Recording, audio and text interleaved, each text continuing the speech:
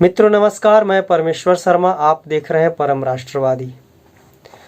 मित्रों, आज के चर्चा का विषय भोजपुरी भाषा है। मैं बिहार से हूँ। भोजपुरी हमारी मातृभाषा है। भोजपुरी का जितना सम्मान कर सकते हैं उतना करते हैं। भोजपुरी की प्रतिष्ठा बचाने की जितनी कोशिश कर सकते हैं उतनी करते हैं।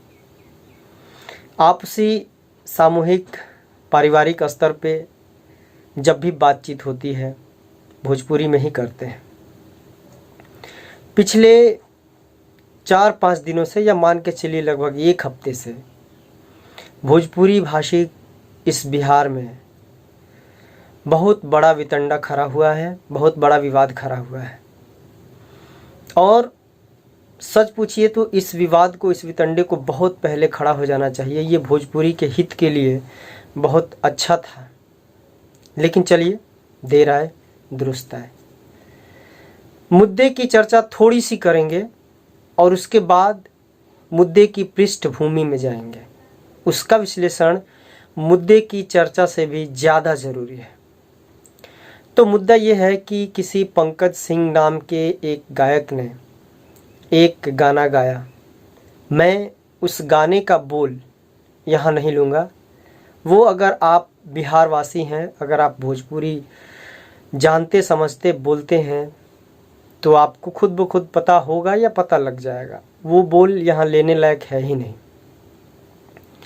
और उसने वो गाना किसी और गायक के एक भोजपुरी गीत की ही प्रतिक्रिया में गाया था।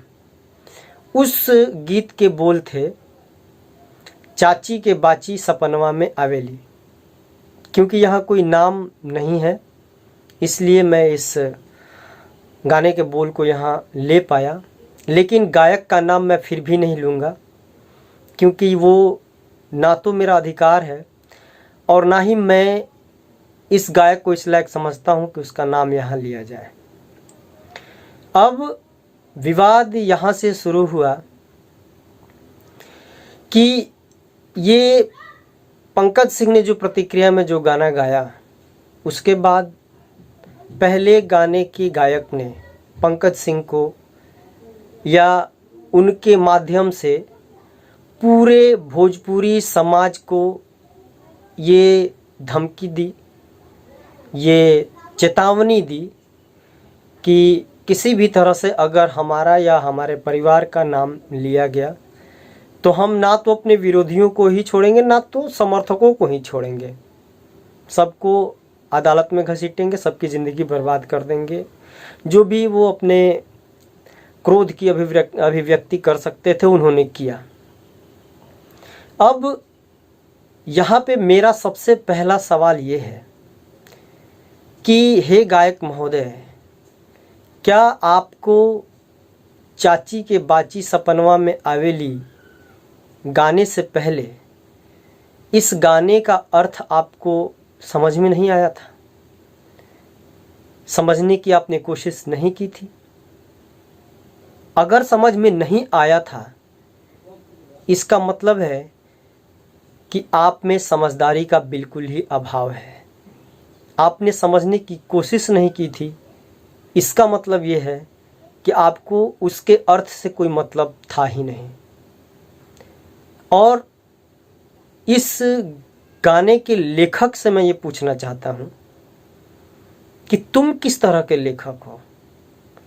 लेखक यानी जिसके लेखनी पे ये दुनिया चलती है। सबसे पहले कोई भी बात रचनाकार के दिमाग में आती है, उसके बाद वो बात उसकी कलम के माध्यम से पन्ने पे उतरती है, कागज़ पे उतरती है, और फिर वो बात चाहे वो प्रिंट मीडिया के माध्यम से हो, चाहे वो विजुअल मीडिया के माध्यम से हो, चाहे वो ऑडियल मीडिया के माध्यम से हो, लोगों तक पहुंचती हो। चाहे उसका क्षेत्र कोई भी हो, राजनीति हो, मनोरंजन हो, विज्ञान हो, ज्ञान हो, कुछ भी हो। यहाँ पे बात मनोरंजन जगत की हो रही है। तो मैं उस लेखक से ये पूछना चाहता हूँ कि क्या तुमने जब ये लिखा चाची के बाची, तुमको नहीं समझ में आया कि चाची की बाची यानी बच्ची यानी बेटी तुम्हारी क्या लगेगी? और उसके लिए अगली पंक्ति जो तुमने लिखी, सपनवा में आवेली, यानी कि खुद चाची की ही बेटी तुम्हारे सपनों में आती है।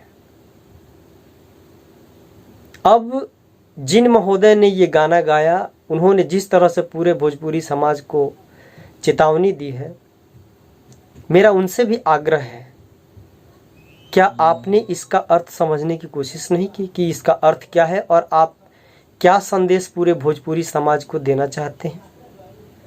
और क्या आपने ये नहीं सोचा कि इसकी प्रतिक्रिया भी कभी हो सकती है, जो कि इस रूप में हुई कि पंकज सिंह ने वो गाना गा दिया? यहाँ पे कोई सही नहीं है, तीनों के तीनों गलत हैं। लिखने वाला, पहले गाने वाला, और उस गाने के बाद प्रतिक्रिया स्वरूप या इस गाने की प्रतिक्रिया में वो गाना गाकर ये इच्छा रखने वाला कि मैं बहुत वायरल हो जाऊंगा, मैं बहुत प्रसिद्ध हो जाऊंगा, मैं लोगों के बीच में बहुत परिचय बना लूँगा, ऐसा सोचकर फिर से एक दूसरे गाने को लिखने और उसे गाने वाला पंकज सिंह, कोई सही नहीं है। और आप सब ने मिलकर अगर किसी को दुख पहुंचाया है, अगर किसी को कष्ट पहुंचाया है, अगर किसी की प्रतिष्ठा का हरण किया है, तो वो है हमारे समाज की, हमारे घर की बहन, बेटियां, माएँ, हमारी भगिनियां और भोजपुरी भाषा, साथ ही भोजपुरी का मनोरंजन जगत भी। भाषा को खुद ही स्त्रीलिंग माना गया है। आपने किसी भी भाषा का नाम लेकर उसका संबोधन पुल्लिंग में करते हुए नहीं सुना होगा। अर्थात भाषा स्वयं में ही माँ, बहन, बेटी, भगिनी के स्थान पर है और उतनी ही आदरणीय भी है। और भाषा का संस्कार ही एक समाज के संस्कार को दिखाता है, दर्शाता है। ये तो हो गई पहले गायक के कर्तृत्व और उसकी प्रतिक्रिया स्वरूप जानबूझकर या फेमस होने की लालसा में। हालांकि इसे प्रसिद्ध नहीं, कुप्रसिद्ध कहा जाएगा। कुप्रसिद्ध होने की लालसा में जो किया गया वो, ये तो इसकी बात हो गई। अब आते हैं ऐसा करने की प्रेरणा लगातार इन जैसे गायकों को, इन जैसे कलाकारों को कहाँ से मिलती है? तो ये सीधा सीधा सवाल समाज पे उठता है। जी हाँ, मैं फिर से दोहराता हूँ, ये सिर्फ और सिर्फ हमारे समाज का दोष है, हमारे समाज की कुबुद्धि है, हमारे समाज का पसंद इतना विकृत हो गया है, इतना दूषित हो गया है, इतना वासनात्मक हो गया है, इतनी गंदगी भर गई है उसमें कि पसंद ही उससे यही चीज़ें आ रही हैं। मैं आपको इस बात को साबित करने के लिए उदाहरण दे रहा हूँ। आप बाज़ार में जाते होंगे, हज़ार तरह की चीज़ें बिकने के लिए रखी हुई हैं। क्या आप उन सभी चीज़ों को खरीद लेते हैं, या सिर्फ वही चीज़ें बिकती हैं जिन्हें आप खरीदते हैं? मतलब अगर आप किसी चीज़ को नापसंद कर दें, उसे छोड़ दें, उसे ना खरीदें, तो वो चीज़ जस की तस धरी रह जाएगी और एक दिन उसे बनाने वाला इतना हतोत्साहित हो जाएगा कि उसे बनाने में अपनी पूंजी, अपनी प्रतिभा, अपना समय, अपना जो भी वो बनाने के लिए उसमें लगाता है उस चीज़ को, उसको बर्बाद होता हुआ देखकर, उसे नष्ट होता हुआ देखकर, उसका कोई फल नहीं मिलता हुआ देखकर उन चीज़ों को बनाना बंद कर देगा। आज की तारीख में राजदूत बंद हो गई। क्यों? क्योंकि वो लोगों के लिए अनुपयोगी हो गई। भाषा के क्षेत्र में, मनोरंजन के क्षेत्र में भी यही बात है। मैं 1,00,000 बार सिर्फ और सिर्फ इस भोजपुरी समाज को दोष दूंगा, जिसकी पसंद इतनी घटिया, इतनी गंदगी भरी, इतनी वासनात्मक, इतनी वाहियात, इतनी निचले दर्जे की हो गई कि खुद इसने ऐसे ऐसे चीज़ों को पसंद किया जिसने वैसे गायकों को पूरी तरह से आगे बढ़ाने का काम किया। ना सिर्फ उन्हें नाम दिया, उन्हें पैसा दिया, और जिन्हें लतार और दुत्कार मिलनी चाहिए थी उन्हें टोकरी भर भर के प्रतिष्ठा मिली। ऐसे में 2, 4, 10 जो हमारे सचमुच के भाषा के नायक थे, जिन्होंने भोजपुरी को एक दिशा दी थी, एक चेहरा दिया था, दुल्हन की तरह सजाया था, माँ, बहन, बेटी, भगिनी के रूप में जिन्होंने भोजपुरी को देखा था और उसी ढंग से उसकी चरण वंदना की थी, वैसे कलाकार, गायक, लेखक, गीतकार, साहित्यकार इन अश्लीलतावादियों के आंधी तूफान में पता नहीं कहाँ विलीन हो गए। आज उन्हें कोई जानता तक नहीं, पूछता तक नहीं। कभी कभार कहीं उनके गाने रेत में किसी पानी की एक बूंद की तरह सुनाई दे जाते हैं। क्या हमारा भोजपुरी समाज इतना घटिया है कि वो आज अपने विवाह समारोहों में अपनी बहन बेटियों के सामने ऐसे गाने बजते हुए सुनता है, देखता है और उसी पे नाचता भी है, जो गाने सीधे सीधे हमारे घर की बहन, बेटी, माँ, भगिनी को निशाना बनाते हैं। जी हाँ, जैसा आपने कथा कहा, आज आपको वैसा प्रसाद मिल रहा है और आप आज भी उसी में मस्त हैं। आपको बहुत मज़ा आ रहा है ढोढ़ी वाला गाना सुनने में। मैं ये वीडियो बनाते समय उन शब्दों का प्रयोग कर नहीं पा रहा हूँ। सोचिए, जिन शब्दों को वे खुलेआम बेशर्मी के साथ, असीमित बेशर्मी के साथ गा देते हैं, बोल देते हैं, लिख देते हैं, मैं यहाँ पे अकेले बैठ के वीडियो बनाते समय भी उन शब्दों का प्रयोग नहीं कर पा रहा हूँ। लेकिन आप जानते हैं कैसे कैसे शब्द गानों में प्रयोग होते हैं, सुनाई देते हैं, तो आप मज़े से उनको सुनते हैं। यहीं से उनको ताकत मिलती है, यहीं से उन्हें प्रेरणा मिलती है।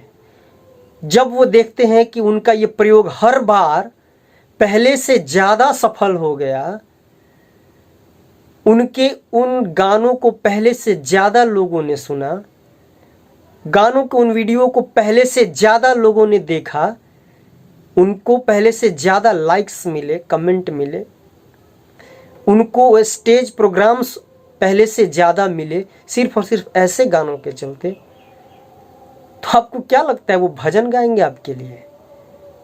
बहन बेटियों की प्रतिष्ठा की बात करेंगे? चुनरी खींचने और साड़ी उठाने के बदले पगड़ी बांधने और घूंघट डालने की बातें करेंगे? भूल जाइए, सारा और सारा किया धरा इस भोजपुरी समाज का है, जो अपने घर के अंदर, अपने दरवाजे पे, अपने लोगों के बीच ऐसे गंदी नाली में बहते हुए बजबजाते पानी से भी गंदे गाने को सुनता है।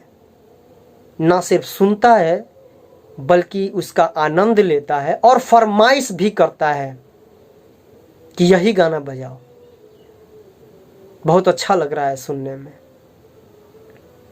तो ये तो एक दिन होना ही था, जो अब हो रहा है। कहाँ तक भोजपुरी बर्दाश्त करती अपना अपमान? कोई तो बहाना चाहिए था और आज ये बहाना मिल गया। अब मचा हुआ है घमासान, आपस में धमकियाँ दी जा रही हैं, सफाइयाँ दी जा रही हैं। जो मजबूत है वो चेतावनी दे रहा है, धमकी दे रहा है, जो कमज़ोर है वो माफ़ी मांग रहा है, लेकिन गलती तो सबकी है। आपने जो पीछे रास्ता बनाया अगला उसी पे चल रहा है। और इतने के बावजूद भी ये रुक जाए तो बहुत है, लेकिन जैसा माहौल है ये रुकने वाला नहीं है। और बात सिर्फ भोजपुरी की ही क्यों करें, हर जगह यही है। आप हिंदी उठाकर देख लीजिए, हर कोई यही कर रहा है। अभी एक गाना है, मैं किसी और का हूँ फिलहाल तेरा हो जाऊं। क्या आपने कभी इस गाने के अर्थ को समझने की कोशिश की है? ये गाना स्वयं में ही किसी को बेवफाई करने के लिए उकसाने का काम करता है। वो खुद स्वीकार कर रहा है कि मैं किसी और का हूँ अभी, लेकिन तुम दुआ करो कि मैं उसको छोड़ के तुम्हारा हो जाऊं। और ये गाना बहुत प्रसिद्ध है, बहुत पॉपुलर है। ऐसे ऐसे हजार उदाहरण दिए जा सकते हैं, चाहे वो किसी भी भाषा से हो, हिंदी हो, भोजपुरी हो, कोई भी भाषा हो। तो क्या अब वो समय आ रहा है जब हमें चेत जाना चाहिए? लगता तो मुझे यही है, लेकिन क्या होगा ये आने वाला समय बताएगा। आपको मैं एक और बात बताना चाहता हूँ कि मैं हिंदी से स्नातकोत्तर हूँ। अगर आपको समझ में नहीं आया तो हिंदी से मैं पीजी होल्डर हूँ, और इस नाते साहित्य में मेरी रुचि है। मैं हिंदी में भी लिखता हूँ, भोजपुरी में भी लिखता हूँ। मैं बहुत अपने आप को इस मामले में खुशनसीब समझता हूँ कि मेरे अंदर इतनी जागरूकता और इतनी कट्टरता अपनी मातृभाषा के सम्मान के प्रति है कि मैंने आज तक किसी भी गायक को कोई भी अश्लील गाना लिखने के लिए स्वीकार नहीं किया। और मैं जो श्लील गाने लिखता हूँ वो आज भी मेरे फाइल में बंद कर पड़े पड़े धूल फाक रहे हैं। ये मेरा दर्द नहीं है, मुझे इस बात का कोई अफसोस नहीं है।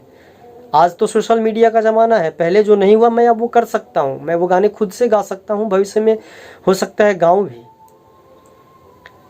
लेकिन मैं कहना क्या चाहता हूँ, मैं आपको सीधे सीधे शब्दों में ये बताना चाहता हूँ कि पिछले 15 वर्षों में मुझसे जितने भी गिने चुने गायकों ने संपर्क किया गाने के लिए, उन्होंने वैसे ही गानों की मुझसे मांग की। आप चोली पे लिखिए, आप समझ लीजिए आप मैं क्या कहना चाहता हूँ। बदन को खुला कर दीजिए, बिस्तरबाजी लिखिए, और किन किन शब्दों का, अभी भी मैं बहुत ढके छुपे शब्दों का प्रयोग कर रहा हूँ। लेकिन उनसे मुझसे उनकी यही मांग रहती थी, आप ऐसा लिख दीजिए, फलाना ऐसा गा रहा है, ये अभी ट्रेंड में है, आप इसकी कॉपी लिख दीजिए, आप ऐसा लिख दीजिए। मैंने कभी किसी को आज तक वैसा कोई गाना लिख के नहीं दिया, साफ इनकार कर दिया मैंने कहा अगर गाना है तो वो गाना गाओ जो मैं भविष्य में बता सकूं अपनी बेटी को कि देखो बेटी ये गाना मैंने, यानी तुम्हारे बाप ने लिखा था, तुम्हारे पिता ने लिखा था। मैं वैसा गाना कभी नहीं लिखकर तुमको दे सकता जिसके बारे में किसी को बताने से पहले मुझे मेरी पहचान छुपानी पड़े कि ये गाना मेरा लिखा हुआ है। मैं आज की इस घमासान को देखते हुए, आज की इस परिस्थिति को देखते हुए, आज की इस धमकीबाजी, चेतावनी, केस कर दूंगा, ये कर दूंगा, वो कर दूंगा, मार पीट, लड़ाई झगड़े, कलाकारों की दुनिया में ये सब हो रहा है। ये देखते हुए मैं अपने आप को बहुत भाग्यशाली समझता हूँ कि मैंने और कुछ नहीं किया। मैंने भोजपुरी की प्रतिष्ठा बढ़ाने की कोशिश की, उसमें असफल रहा तो अपने कारण नहीं, गायकों के कारण, और उससे भी ज़्यादा आप भोजपुरिया समाज के कारण, क्योंकि आपकी पसंद वो रही ही नहीं। आप चाहते ही नहीं, आपको वो अच्छा ही नहीं लगता, आप बोर हो जाते हैं कोई ढंग का गाना सुनते समय। दोषी आप हैं। और वही फिर मेरी बात कि मैं अपने आप को अगर इस मामले में दुर्भाग्यशाली समझ रहा हूं कि मेरा नाम नहीं हुआ, मैं भोजपुरी में योगदान नहीं दे सका, तो इस बारे में अपने आप को सौभाग्यशाली भी समझ रहा हूं कि कम से कम मैंने अपने आप को किसी भी कुप्रतिष्ठा की लोभ लालच में डालने से बचा लिया और कोई मुझे गाली नहीं देता है और मेरे चलते भोजपुरी का कभी कोई अपमान नहीं हो पाया। अब जितनी बर्बादी, जितनी प्रतिष्ठाहीनता, जितना आपस का कड़वापन भोजपुरी में हो चुका है, हाथ जोड़कर आप सभी कलाकारों से निवेदन है, कभी से भी रास्ते पे आ जाइए। दिमाग में थोड़ा सोचने समझने और अर्थ को ग्रहण करने, शब्दों से निकलते हुए अर्थों को ग्रहण करने की शक्ति पैदा कीजिए। उसके बाद किसी चीज़ को रिकॉर्ड कीजिए और उसे जनता के सामने परोसिए। साहित्य शब्दों का खेल है और जो शब्दों के अर्थ ही नहीं जानता कि इससे कौन सा अर्थ ध्वनित होगा, कौन सा अर्थ निकलेगा, उसके हाथ में आज कलम है। वो उस कलम को तलवार बना रहा है और उस कलम के अंदर की स्याही को जहर, और उस तलवार से वो मां भारती सहित भारत की तमाम भाषाओं के वस्त्र को चीर चीर के हमारी सभ्यता संस्कृति को नंगा कर रहा है और उस जहर को हमारे जनमानस को पिला पिला के सभ्यता और संस्कृति के स्तर पे निष्प्राण कर रहा है, मार रहा है। कहां थे हम, कहां पहुंच गए। दुनिया अगर अपने आप को कुछ समझाना चाहती है तो भारत में प्रचलित कहावतों और मुहावरों का इस्तेमाल करती है उस परिदृश्य को समझाने के लिए। और आज हम यहाँ पहुँच गए कि हम खुद ही अपनी चाची की बेटी को अपने गानों के माध्यम से अपने सपने में ला रहे हैं। तो फिर अपनी बहन और बेटी कहाँ दूर है, वो तो और भी पास है। आज की वीडियो में बस इतना ही। मिलते हैं किसी ऐसे ही और वीडियो में। आग्रह है कि चैनल को सब्सक्राइब करें, वीडियो अगर अच्छा लगे तो शेयर करें, लाइक करें, कमेंट करें। भाषा का सम्मान करें, सबका सम्मान होगा। जय हिंद, भारत माता की जय।